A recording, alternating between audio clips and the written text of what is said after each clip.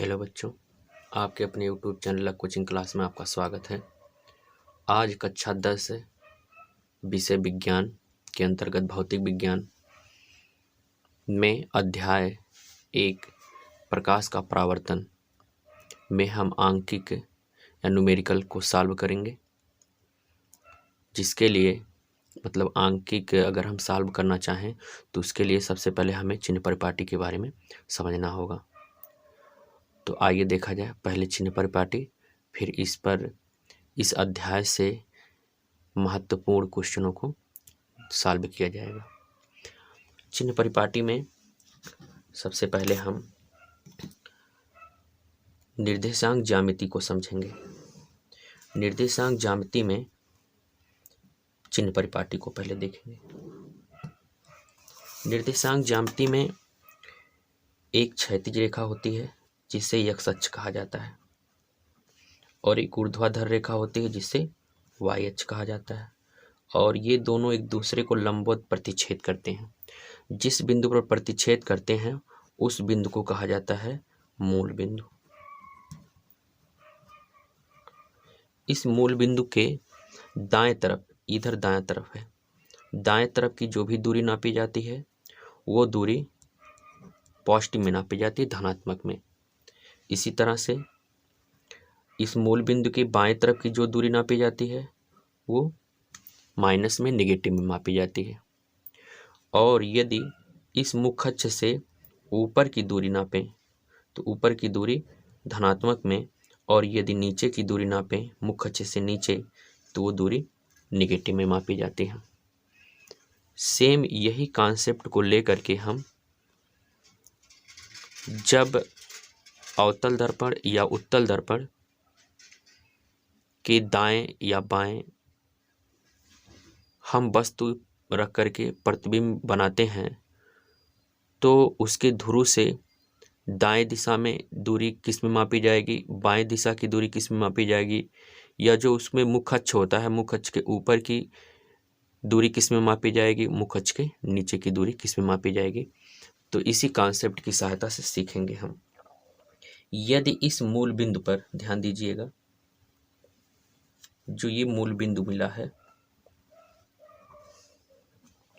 ये एक्स अक्ष है, ये वाई अक्ष, और ये मूल बिंदु है इसका।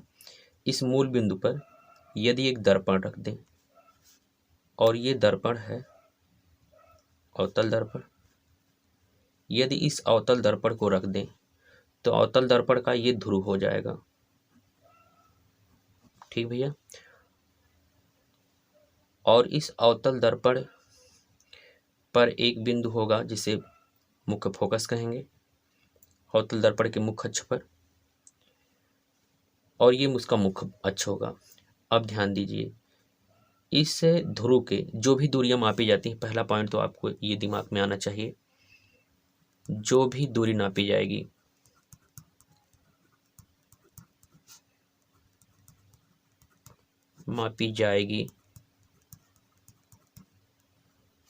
वह दूरी ध्रुव से मुख्य अक्ष के अनुदिश नापी जाती है। मुख्य अक्ष के अनुदिश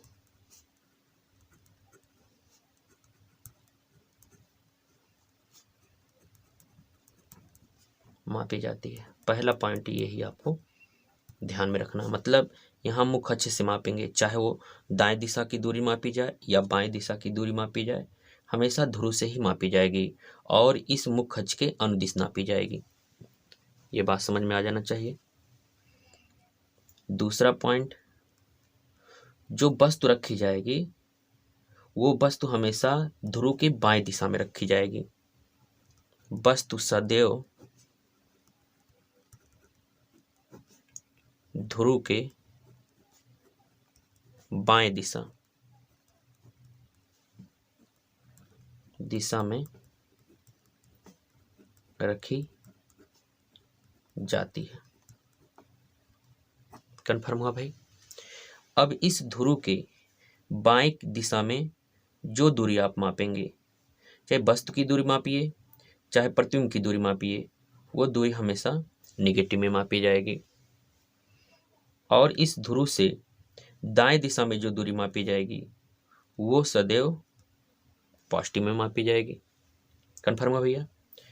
अब ये मुख्य अक्ष है, मुख्य अक्ष के नीचे की जो दूरी मापी जाएगी वो निगेटिव में मापी जाएगी, और मुख्य अक्ष के ऊपर की जो दूरी मापी जाएगी वो दूरी सदैव पॉजिटिव में मापी जाएगी। सेम इसी कॉन्सेप्ट पे है ना भाई। ये देखिए निर्देशांक ज्यामिति के थ्रू हमने बताया कि एक्स अक्ष और वाई अक्ष जब एक दूसरे को लंबवत प्रतिच्छेद करते हैं तो मूल बिंदु मिलता है। मूल बिंदु के बाएं दिशा की दूरी पॉजिटिव में, सॉरी दाएं दिशा, ये दाएं दिशा भाई, दायां पक्ष, और ये बायां पक्ष, यहाँ थोड़ा गलती हो गई। मूल बिंदु के दाएं पक्ष में जो दूरी मापी जाएगी पॉजिटिव में, मूल बिंदु के बाएं पक्ष में जो दूरी मापी जाएगी वो दूरी निगेटिव में मापी जाएगी। ये इसका एक्स अक्ष है। एक्स अक्ष के ऊपर की जो दूरी मापी जाती है वो पॉजिटिव में, और एक्स अक्ष के नीचे की जो दूरी मापी जाती है वो निगेटिव में। अब इसी मूल बिंदु पर ये दर्पण का ध्रुव रख दिया जाए तो इस ध्रुव से दाएं अक्ष में, दाएं दिशा में जो दूरी मापी जाएगी वो प्लस में, इस ध्रुव से बाएं दिशा में जो दूरी मापी जाएगी वो माइनस में नापी जाएगी। ये दर्पण का मुख्य अक्ष है। मुख्य अक्ष के ऊपर की दूरी प्लस में और मुख्य अक्ष के नीचे की दूरी माइनस में मापी जाएगी। कन्फर्म हुआ भाई। इस चिन्ह परिपाटी के अनुसार हम सवाल को सॉल्व करेंगे। अब यहाँ पे अवतल दर्पण हमने लिखा, हो सकता है उत्तल दर्पण भी रखा जाए, लेकिन दूरी मापने का वही प्रोसेस है जो हमने आपको यहाँ पे बताया। कन्फर्म हुआ भाई। यहाँ पे 2 पॉइंट हमने लिखा, जो भी दूरी मापी जाएगी वह दूरी ध्रुव से मुख्य अक्ष के अनुदिश मापी जाएगी। ये ध्रुव है भैया, यहीं से मापी जाएगी, चाहे दाएं दिशा में मापे चाहे बाएं दिशा में, ऊपर नाचे या नापे या नीचे, हमेशा ध्रुव से ही मापी जाएगी। और वस्तु सदैव ध्रुव के बाएं दिशा में, ये इसका ध्रुव है, और वस्तु हमेशा बाएं दिशा में रखी जाएगी। मतलब ये है, इसका मतलब यही आया कि जो वस्तु की दूरी होगी, वस्तु की दूरी जिसे हम u के द्वारा व्यक्त करते हैं, ये दूरी सदैव किस में रहेगी? निगेटिव में रहेगी भैया। समझ लो कि जो वस्तु की दूरी होगी वो दूरी सदैव निगेटिव में रखी जाएगी, हमेशा वस्तु की दूरी निगेटिव में।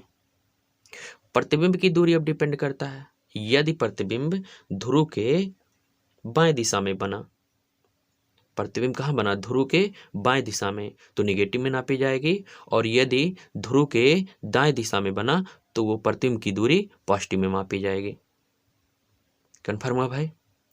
इसी से संबंधित अब अलग अलग हम उत्तल दर्पण और अवतल दर्पण के लिए वस्तु की दूरी, फोकस दूरी, प्रतिबिंब की दूरी किस में मापी जाएगी, आइए समझते हैं।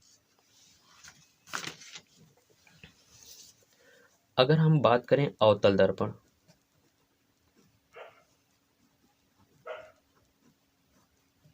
अवतल दर्पण में ध्यान दीजिएगा, वस्तु की दूरी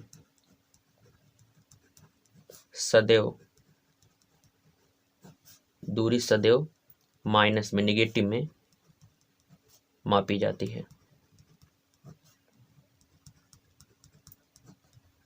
अर्थात u का मान किस में मापा जाएगा? माइनस में, निगेटिव में। कन्फर्म हुआ भाई। अब प्रतिबिंब की बात आई। प्रतिबिंब की दूरी,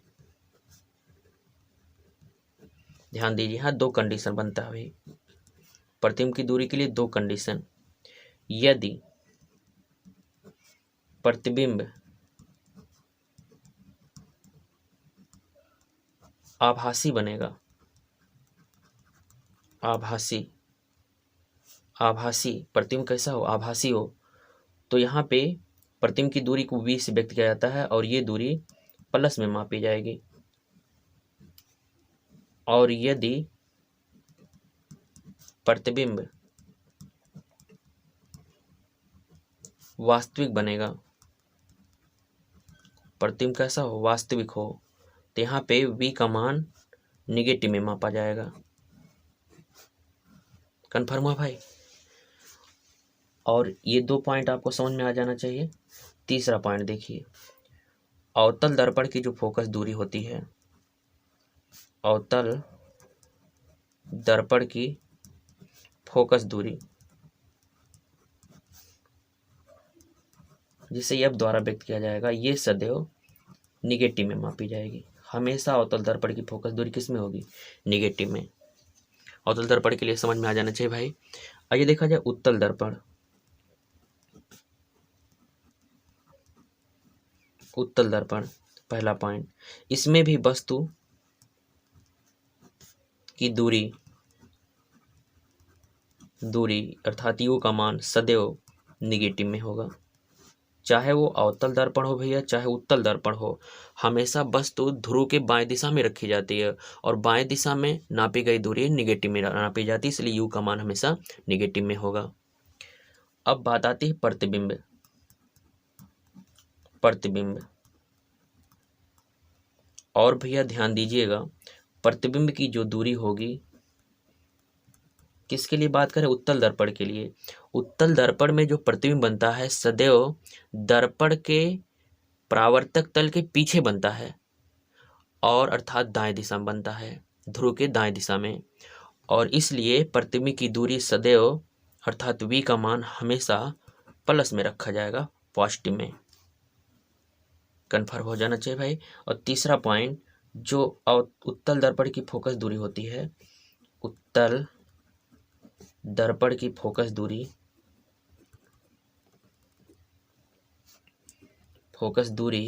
ये फोकस दूरी सदैव प्लस में मापी जाएगी, पॉजिटिव में। कन्फर्म हुआ भाई। अवतल दर्पण उत्तल दर्पण दोनों में चिन्ह परिपाटी हमने बताया। एक पॉइंट और बचता है रेखीय आवर्धन का। रेखीय आवर्धन,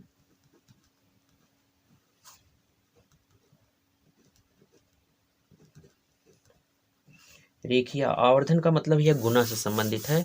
इसे हम यम से व्यक्त करते हैं। यम का मान भी पॉजिटिव निगेटिव दोनों में हो सकता है, मतलब रेखीय आवर्धन धनात्मक और ऋणात्मक दोनों में हो सकता है। रेखीय आवर्धन डिपेंड करता है प्रतिबिंब की लंबाई पर। प्रतिबिंब मुख अक्ष के नीचे बन रहा है या ऊपर बन रहा है। तो रेखीय आवर्धन बराबर फार्मूला पढ़े होंगे I/O। इसका मतलब है मुख अक्ष के अनुदिश से नापी गई प्रतिबिंब की लंबाई, सॉरी मुख अक्ष के लंबवत नापी गई प्रतिबिंब की लंबाई और बटे मुख अक्ष के लंबवत नापी गई वस्तु की लंबाई।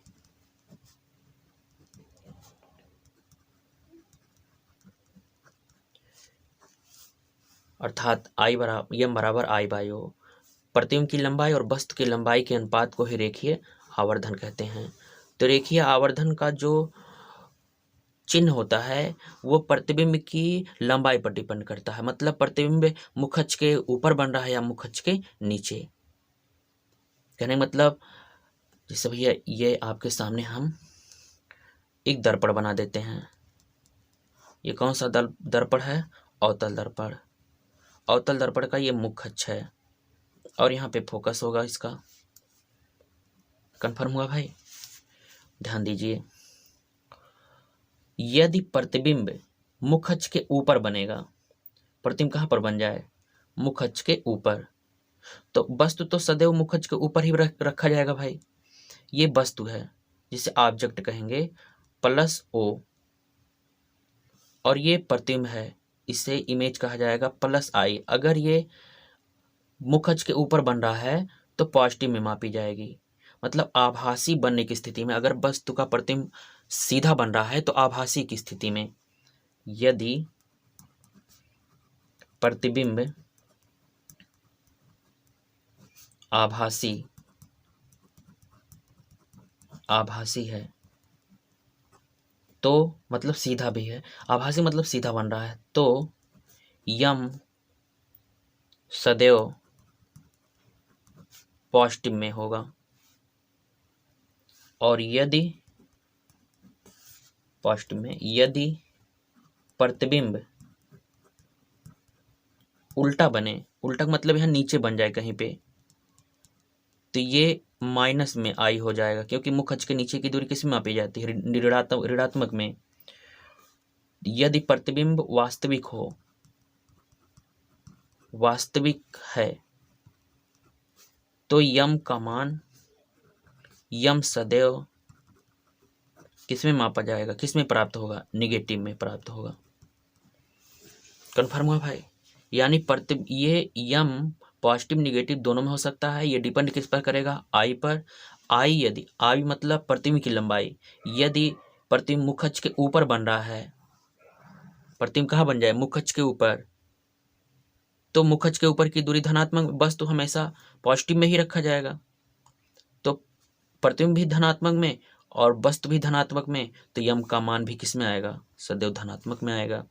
और यदि प्रतिबिंब आभासी बन जाए, आभासी मतलब उल्टा बन जाए, मुख अक्ष के नीचे बन जाए, और मुख अक्ष के नीचे की दूरी निगेटिव में मापी जाती है, तो हम बता सकते हैं जब आई निगेटिव में, ओ पॉजिटिव में, तो इसका जो मान प्राप्त होगा यम का, वो किस में आएगा? वो हमेशा निगेटिव में होगा। तो आशा करते हैं भाई चिन्ह परिपाटी आपको समझ में आया। तो आइए देखा जाए इससे रिलेटेड कुछ महत्वपूर्ण प्रश्न और उसका हम सलूशन बताएंगे।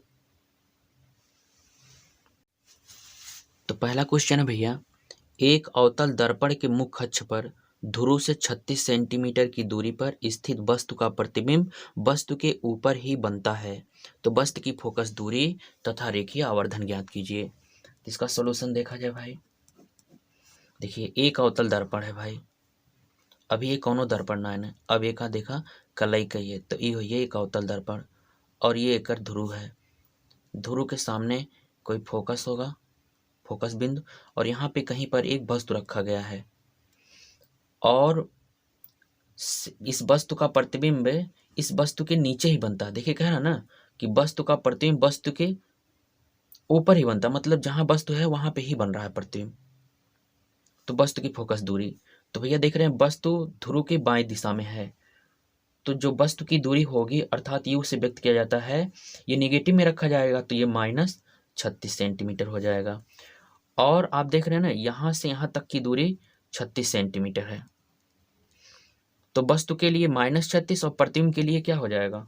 प्रतिबिंब की दूरी भी -36 सेंटीमीटर हो जाएगा। तो इसकी फोकस दूरी पूछ रहा है, एफ का मान पूछ रहा है, और इसका रेखीय आवर्धन यम का मान पूछ रहा है। तो दर्पण सूत्र है भैया 1/f बराबर 1/u प्लस 1/v, ये था भाई। तो यहाँ से 1/f बराबर 1/u का मान -36 प्लस 1/v का मान भी -36, तो भैया -36 और यहाँ भी minus minus minus plus minus मिलकर माइनस हो जाएगा। यहाँ 1/f बराबर कितना लिख सकते हैं? -1/36 लिख दीजिए, और ये प्लस माइनस मिलके -1/36, दोनों का हर समान है, 36 लिख देते हैं। अंश को अंश में -1 और -1 जोड़ दिया जाएगा 1/f, तो यहाँ से आपको मिलेगा 1/f बराबर -2/36, 2 1 कम 2, 18 दूनी 36, तो 1/f बराबर -1/18, तो यहाँ से f बराबर कितना आ जाएगा? -18। ये f है, अर्थात फोकस दूरी कितना आ गया? 18 सेंटीमीटर। माइनस ये बता रहा है ना कि जो दर्पण है वो अवतल दर्पण है, लेकिन जो हम ऐसे लिखेंगे अतः अवतल दर्पण की फोकस दूरी, अवतल दर्पण की फोकस दूरी 18 सेंटीमीटर है। हम यहाँ पे प्लस ही दर्शाएंगे क्योंकि दूरी कभी निगेटिव में नहीं दर्शाया जाता है, समझ पाए भाई। तो अब इसका क्या कह रहा है? रेखीय आवर्धन। यहाँ पे रेखीय आवर्धन u और v दिया है ना, और रेखीय आवर्धन यम बराबर होता है -v/u। दिस इंप्लाई दैट यम बराबर -v का मान कितना है? -36/u का मान -36। ये भैया बर्बाद हो गया, तो यम का मान कितना आ गया? -1। अतः रेखीय आवर्धन कितना है? -1 है। आशा करते हैं क्वेश्चन नंबर 1 का सॉल्यूशन आपको समझ में आया। इस तरह से जो भी सवाल आएंगे भाई आप लोग लगाने की कोशिश कीजिएगा, नहीं आता है दोबारा प्रयास कीजिए, लेकिन समझ के लगाइए तो जरूर आएगा। आइए इसका देखा जाए दूसरा क्वेश्चन। इसमें कह रहा है एक अवतल दर्पण की वक्रता त्रिज्या 20 सेंटीमीटर है। कोई वस्तु अवतल दर्पण से 15 सेंटीमीटर की दूरी पर रखी है। दर्पण से वस्तु के प्रतिबिंब की दूरी ज्ञात कीजिए। सॉल्यूशन आप देखेंगे भाई, इसकी वक्रता त्रिज्या, किसकी, अवतल दर्पण की वक्रता त्रिज्या, ये वक्रता त्रिज्या r के द्वारा व्यक्त किया जाएगा और ये दिया है कितना भाई, दिया है 20 सेंटीमीटर।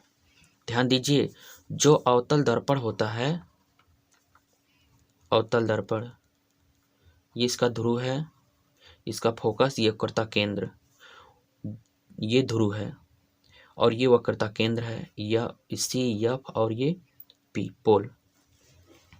तो आप देख रहे हैं ध्रुव के बाएं दिशा में वक्रता त्रिज्या मिलेगी ना इसकी, तो ये बाएं दिशा की वक्रता त्रिज्या भी किस में मापी जाएगी, निगेटिव में मापी जाएगी। तो वक्रता त्रिज्या कितनी हो जाएगी, -20 सेंटीमीटर। तो इसकी फोकस दूरी निकाल लेते हैं।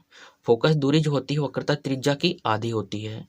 ये वक्रता त्रिज्या और फोकस में संबंध है कि फोकस दूरी यह बराबर r/2। r का मान कितना भैया, -20/2। तो यह का मान कितना हो जाएगा, -10 सेंटीमीटर। फोकस दूरी आ गया यहाँ से -10 सेंटीमीटर। भाई ये आपको समझ में आ जाना चाहिए। उसके बाद अवतल दर्पण से वस्तु की दूरी दिया है। अवतल दर्पण हमने बताया था उत्तल हो या अवतल हो भाई, दोनों में हमेशा u का मान निगेटिव में रखा जाएगा। तो यहाँ वस्तु की दूरी को u से व्यक्त किया जाएगा और ये हो जाएगा -15 सेंटीमीटर। प्रतिबिंब की दूरी पूछा अर्थात v का मान पूछा है और हम ये जानते हैं दर्पण सूत्र, दर्पण सूत्र से, दर्पण सूत्र का प्रयोग करेंगे 1/f बराबर 1/u प्लस 1/v। कन्फर्म हुआ भाई। अब यहाँ पर देखिए 1/f का मान -10 रखेंगे बराबर u का मान 1/-15 प्लस v का मान मालूम नहीं है, v रख दीजिए। बोलो भाई यहाँ तक किसी को कोई दिक्कत है? अगर नहीं है तो फिर हम इसे सॉल्व करते हैं। -1/10 और ये -15 बाएं पक्ष में आके किस में हो जाएगा, +1/15 में, और दाएं पक्ष में 1/v अकेला है भाई। अब इन दोनों का लासा लीजिए, 10 और 15 का लासा बाबू कितना होगा, 30 होगा। 10 × 30 -3 प्लस 15 दूनी 30 प्लस 2 बराबर 1/v। 3 बड़ा सामने माइनस, 3 में से 2 घटाएंगे 1/30 बराबर 1/v। तो यहाँ v बराबर कितना हो जाएगा, -30 सेंटीमीटर। माइनस ये बता रहा भाई ना कि ये जो प्रतिबिंब मिलेगा ध्रुव के बाएं दिशा में मिलेगा और ध्रुव के बाएं दिशा में जो प्रतिबिंब मिलेगा वो वास्तविक होगा, उल्टा होगा। तो अतः लिख सकते हैं, अतः प्रतिबिंब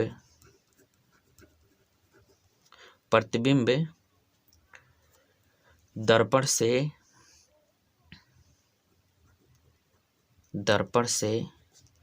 30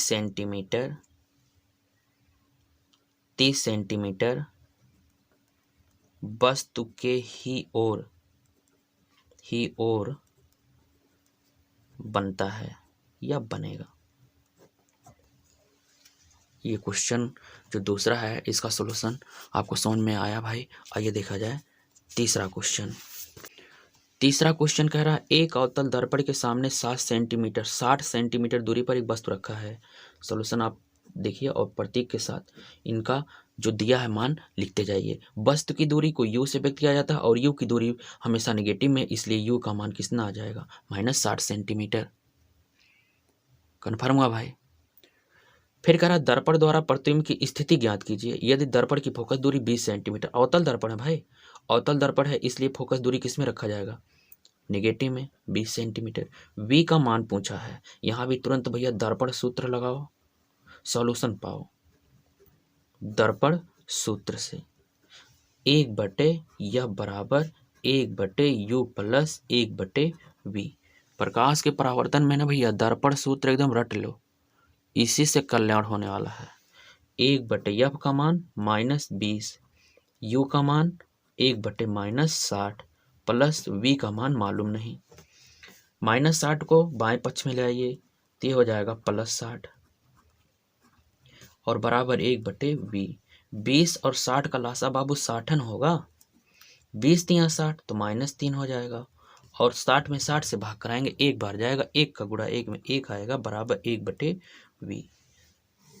बाबू आगे देखिए 3 बड़ा है, माइनस आएगा, 3 में से घटाओ 2 आएगा, 2/60 हुआ और यहाँ पे 1/v। 2 से भाग कराओ तो ये हो जाएगा 60 तो -30 हो जाएगा। -1/30 बराबर 1/v। तो v बराबर कितना हो जाएगा -30 सेंटीमीटर।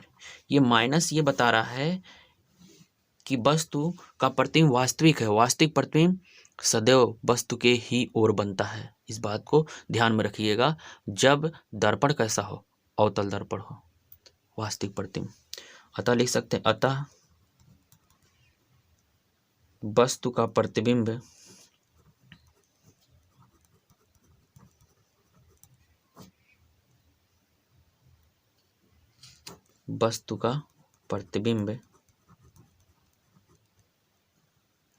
ध्रुव से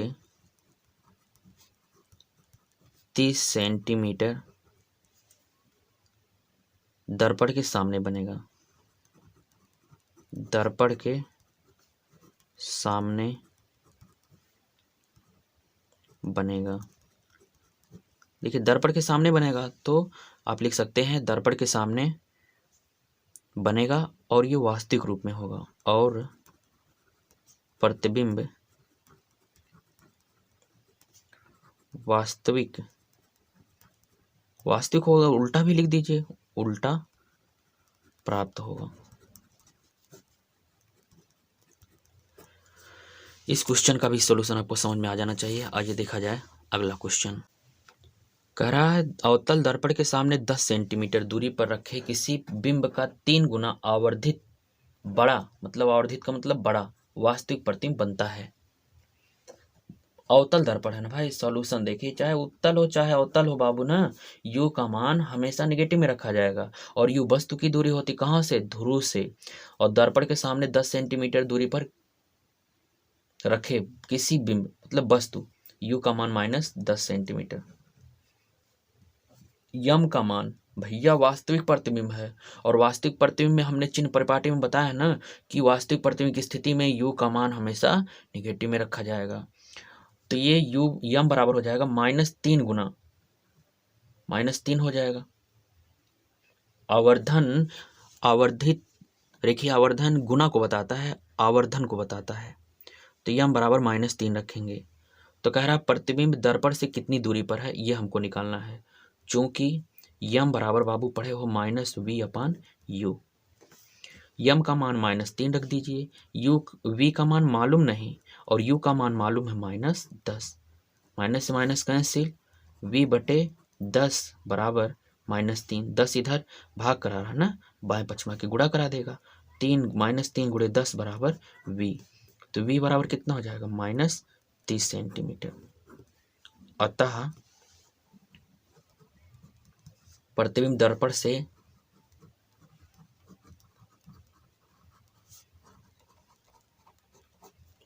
से 30 सेंटीमीटर दूरी पर प्राप्त होगा। आइए देखा जाए अगला। एक उत्तल दर्पण से 25 सेंटीमीटर दूर रखी एक वस्तु, चाहे भैया उत्तल दर्पण हो चाहे अवतल दर्पण हो, आंख मूंद के u का मान नेगेटिव में, यानी u बराबर -25 सेंटीमीटर। आंख खोल के रखिएगा भाई। वस्तु के प्रतिबिंब की लंबाई ज्ञात करना। ओहो, ओ का मान निकालना। अरे नहीं, वस्तु के प्रतिबिंब की लंबाई वस्तु की आधी होती है। तो दर्पण की फोकस दूरी ज्ञात कीजिए।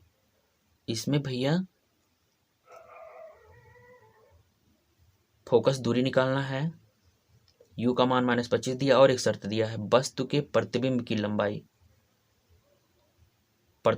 अर्थात I का मान वस्तु की आधी होती है, यानी 1/2 × ओ का मतलब ऑब्जेक्ट, वस्तु की लंबाई, या हम आई बराबर O/2 लिख सकते हैं भैया।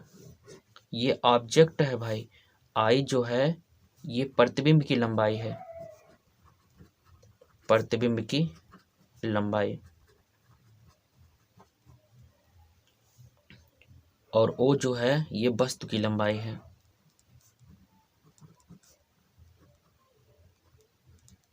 नहीं तो कहोगे 0 है भैया, गड़बड़ाई है तब तो हो। तो यहाँ आई बराबर O/2 दिया है, या यहाँ से हम लिख सकते हैं ऑब्जेक्ट जो है ये प्रतिबिंब की लंबाई के 2 गुने के बराबर है, ऐसा भी तो लिखा जा सकता है ना भाई। तो यहाँ से यम का मान हम निकाल लेते हैं, यम बराबर होता है I/O। आई का मान मालूम नहीं, ओ का मान दिया है 2i, आई से आई कैंसिल, यम का मान आ गया 1/2। अब हमको पहले v का मान निकालना पड़ेगा, और हम जानते हैं यम बराबर होता है -v/u। यम का मान 1/2 बराबर v का मान मालूम नहीं, u का मान -25, माइनस से माइनस कैंसिल, तो ये हो जाएगा v बराबर 25/2। v का मान आ गया कितना, 25/2। फिर से एक बार यहाँ तक देख लेते हैं, फिर आगे चलते हैं। कह रहा है एक उत्तल दर्पण से 25 सेंटीमीटर दूर रखी एक वस्तु, दर्पण से दूर कितनी दूरी पर वस्तु रखा गया, 25, तो u बराबर -25 लिखा हमने। कह रहा है वस्तु के प्रतिबिंब की लंबाई आई, वस्तु की लंबाई की आधी होती है, यानी वस्तु O है इसके आधे के बराबर है, यानी O × 1/2 बराबर आई के। यहाँ से O/2 बराबर आई लिख सकते हैं, और यहाँ से 2 भाग करा रहा है, दाएं पक्ष में बाएं पक्ष में गुणा कराएगा, O बराबर हो जाएगा 2i। यहाँ से यम डायरेक्ट हम आवर्धन जो है, आवर्धन यम बराबर भी 1/2 लिख सकते थे, लेकिन यहाँ शर्त से हमने दर्शा दिया, ये शर्त है। तो यम बराबर I/O, ये फार्मूला हम जानते हैं। I/O का मान 2i लिखा गया, आई से आई बर्बाद, यम बराबर 1/2। यफ का मान निकालने के लिए u और v की आवश्यकता होती है, पहले हम v का मान निकालेंगे। यम बराबर -v/u होता है, यम का मान 1/2 बराबर -v/-25, क्योंकि u का मान -25 से माइनस बर्बाद, v बराबर 25 इधर भाग जाके गुणा कराएगा, 25/2 हो जाएगा। अब यहाँ लगाते हैं दर्पण सूत्र। दर्पण सूत्र भैया 1/F बराबर 1/U + 1/V। तो 1/F बराबर 1/V, U का मान -25 माइनस बाबू प्लस V का मान 1/V का मान 25/2, 2 ऊपर चला जाएगा, चलो यहाँ लिख देते हैं 2 ऊपर जाएगा, तो 1/F बराबर -1/25 प्लस 2/25, लासा बराबर है हर 25 हो जाएगा, -1 + 2, 1/F। 1/F बराबर हो जाएगा 1/25, तो यह बराबर कितना हो जाएगा, 25 सेंटीमीटर। अतः उत्तल दर्पण की फोकस दूरी किस में आ गई, धनात्मक में। तो लिख सकते हैं अतः उत्तल दर्पण की फोकस दूरी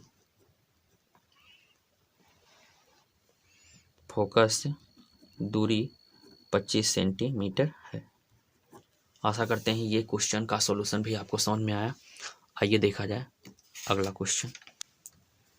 कह रहा है एक अवतल दर्पण की फोकस दूरी 15 सेंटीमीटर। भैया अवतल दर्पण है तो इसकी फोकस दूरी किस में आएगी, माइनस में, तो हो जाएगा -15 सेंटीमीटर। एक वस्तु को दर्पण के सामने कहाँ रखा जाए, अर्थात U का मान पूछ रहा है, कहाँ होगा, कितनी दूरी पर वस्तु रखा जाए कि उसका प्रतिबिंब वस्तु का 5 गुना बने। गुना संबंधी जहाँ शब्द आ जाए ना भैया, वहाँ समझ लो यम का मान दिया है, तो यम बराबर कितना, 5। यम का मान 5, लेकिन यम का मान तो भैया प्रतिबिंब की लंबाई पर डिपेंड करता है, अर्थात प्रतिबिंब की स्थिति पर डिपेंड करता है। अगर प्रतिबिंब वास्तविक है तो यम का मान निगेटिव में, और अगर प्रतिबिंब आभासी है तो यम का मान पॉजिटिव में। यह हमने चिन्ह प्रपाटी में आपको समझाया है। तो पहली स्थिति में वास्तविक प्रतिबिंब के लिए ना भैया, देखिए पहली स्थिति में वास्तविक प्रतिबिंब के लिए यम का मान बाबू किस में होगा, निगेटिव में। तो भैया हम यहाँ से फार्मूला लगा देते हैं, यम बराबर -v/u लगाया जा सकता है।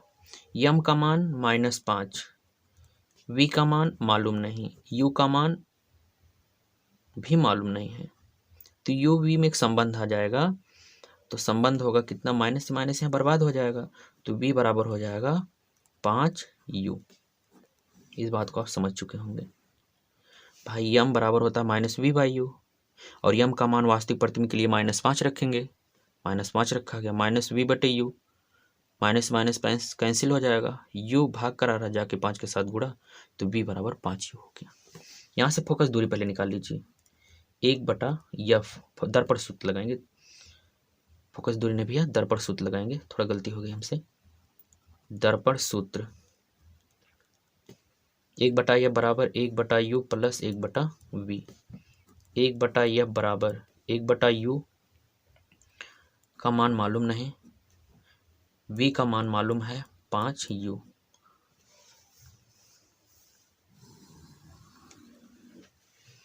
f का मान कितना रखेंगे, -15, और यहाँ पे कितना हो जाएगा भाई,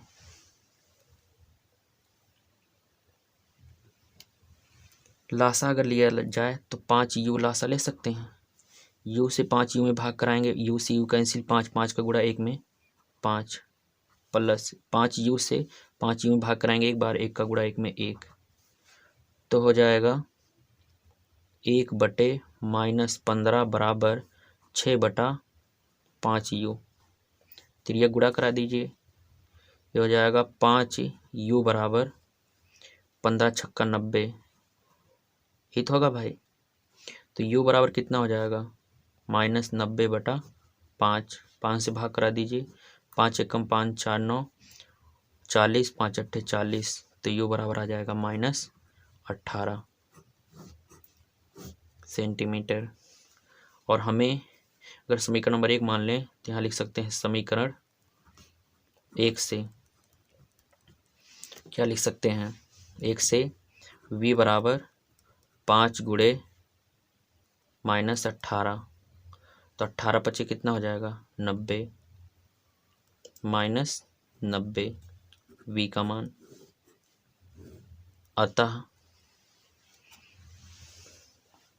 अतः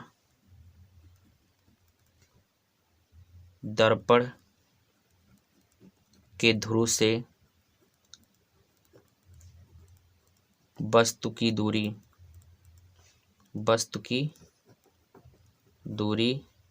18 सेंटीमीटर तथा प्रतिबिंब की दूरी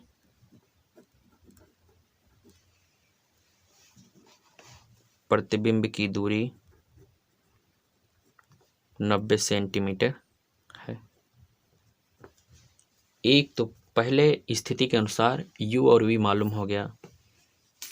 एक अवतल दर्पण की फोकस दूरी 15 सेंटीमीटर, अवतल दर्पण है इसलिए फोकस दूरी नेगेटिव में, तो -15 सेंटीमीटर हो जाएगा। कह रहा है कि एक वस्तु को दर्पण के सामने कहाँ रखा जाए, अर्थात u का मान पूछ रहा कहाँ रखा जाए, u कितनी दूरी पर होगा, वस्तु ध्रुव से कितनी दूरी पर होगा, कि उसका प्रतिबिंब वस्तु का 5 गुना बने, यम का मान 5 आया है। कब की स्थिति है ये आभासी प्रतिबिंब जब प्राप्त हो, आभासी प्रतिबिंब की स्थिति में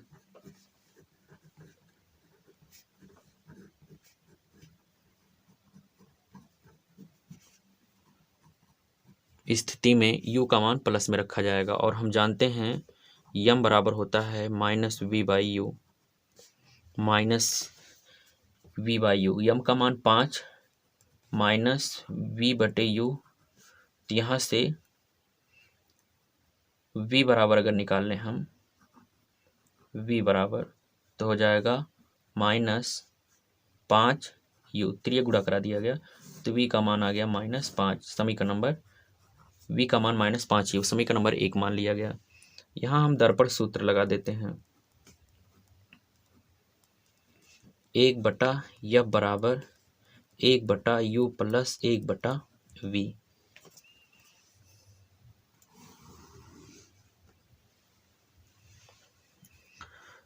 तो 1/f का मान -15 बराबर 1/u प्लस 1/-5u, v का मान रखा गया समीकरण नंबर 1 से। तो -1/-15 बराबर लासा लेंगे तो 5u, u से 5u भाग कराएंगे 5 का गुणा 1 में 5 मिलेगा, प्लस माइनस माइनस होगा, 5u से 5u भाग कराएंगे एक बार, 1 का गुणा 1 में 1, तो हो जाएगा 4/5u और इधर 1/-15 भाग करा दिए, तिर्यक गुणा करा दीजिए तो 5u बराबर आ जाएगा 15 चौका 60 -60। 5 से इधर भाग कराएंगे, 5 एकम 5, 1 6 10, 5 दूनी 10, तो u का मान आ गया -12। तो समीकरण नंबर 1 से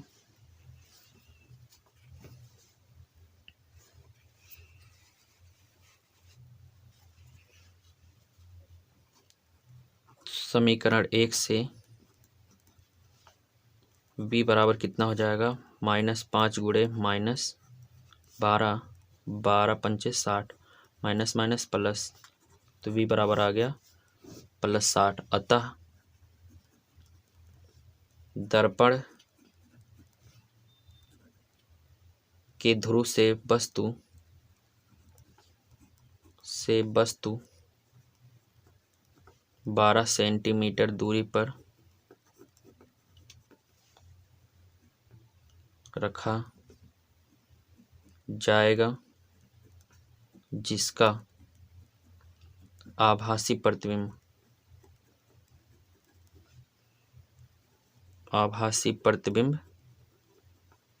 60 सेंटीमीटर दूरी पर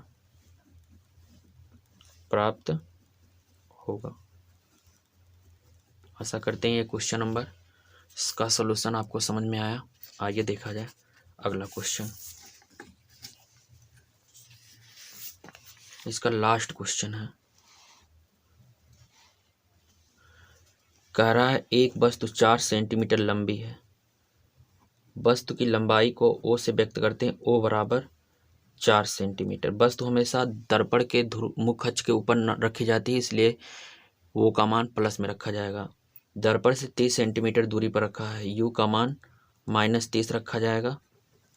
यदि अवतल दर्पण की वक्रता त्रिज्या 40 सेंटीमीटर है, R का मान -40 सेंटीमीटर रखा जाएगा, क्योंकि वक्रता त्रिज्या ध्रुव के बाएं दिशा में मापी जाती है। तो प्रतिबिंब की स्थिति व लंबाई ज्ञात कीजिए।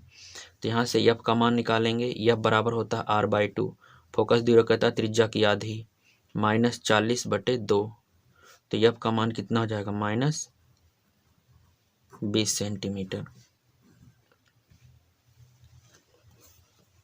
तो पहले हम u का मान दिया, हमें f का मान दिया है, तो हम v का मान निकालेंगे दर्पण सूत्र से।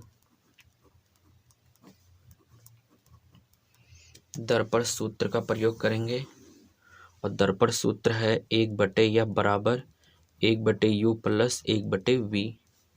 1/f, f का मान मालूम नहीं, अच्छा मालूम भाई कितना है, -20 अभी निकाला गया। u का मान 1/-30 रखा जाएगा और v का मान मालूम नहीं, तो -1/20 और ये माइनस बाएं पक्ष में आएगा तो प्लस 1/30 बराबर 1/v। 20-30 का लासा 60, 20 तियाँ 60, 3 एकम 3 प्लस 30 दूना 60, 2 एकम 2 बराबर 1/v। 3 बड़ा है, -1/60 बराबर 1/v। तो v बराबर हो जाएगा -60। प्रतिबिंब की स्थिति आ जाएगा 60 सेंटीमीटर, वास्तविक प्रतिबिंब बनेगा। लंबाई पूछा है, तो हम किसकी लंबाई, प्रतिबिंब की लंबाई। तो m बराबर आप पढ़े हो I/O बराबर -v/u। तो इन दोनों को हम बराबर रख देते हैं, I/O बराबर -V/U। जगह कम है भाई, यहाँ लगा दें। तो I का मान पूछा है, O का मान दिया कितना 4, -V का मान -60/U का मान, U का मान भाई दिया था -30, माइनस माइनस प्लस I/4 बराबर 60/-30, 30 कम 30 दूना 60, माइनस ऊपर ले जाएंगे, 2 का गुणा 4 में कराएंगे, I बराबर हो जाएगा -8 सेंटीमीटर। अतः लिखा जा सकता है, अतः प्रतिबिंब, यहाँ लिख सकते हो वास्तविक प्रतिबिंब, भैया यहाँ पे वास्तविक बता दीजिएगा। वास्तविक प्रतिबिंब की लंबाई 8 सेंटीमीटर, ध्रुव से कितने सेंटीमीटर, 60 सेंटीमीटर दूरी पर प्राप्त होगा।